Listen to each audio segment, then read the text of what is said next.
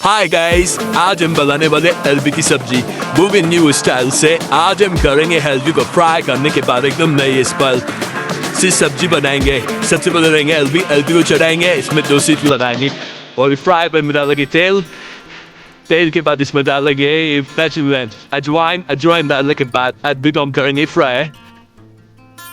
Fry होएगी धीरे धीरे कर सब हलवे को अच्छे से फ्राई करना है। फिर हमको डालना है कढ़ाई में तेल, 2 चम्मच तेल, फिर इसमें डालना है राई, करी पत्ता और प्याज का पेस्ट। इसको पकने के बाद हमको देखना है हलवे हमारी हो चुकी है। फिर हमको हिलाना है प्याज के मसाले को, फिर डालना है मिर्ची, हल्दी, धनिया और इसका पेस्ट बना के हमको डाल देना है।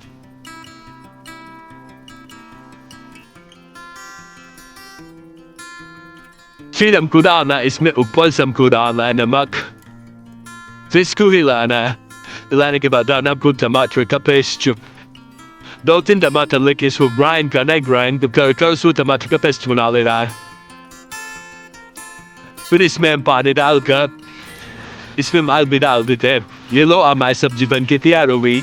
आओ खाओ, एंजॉय करो। हमारी सब्जी को ऐसे करो, लाइक आप जरूर फॉलो करें। धन्यवाद।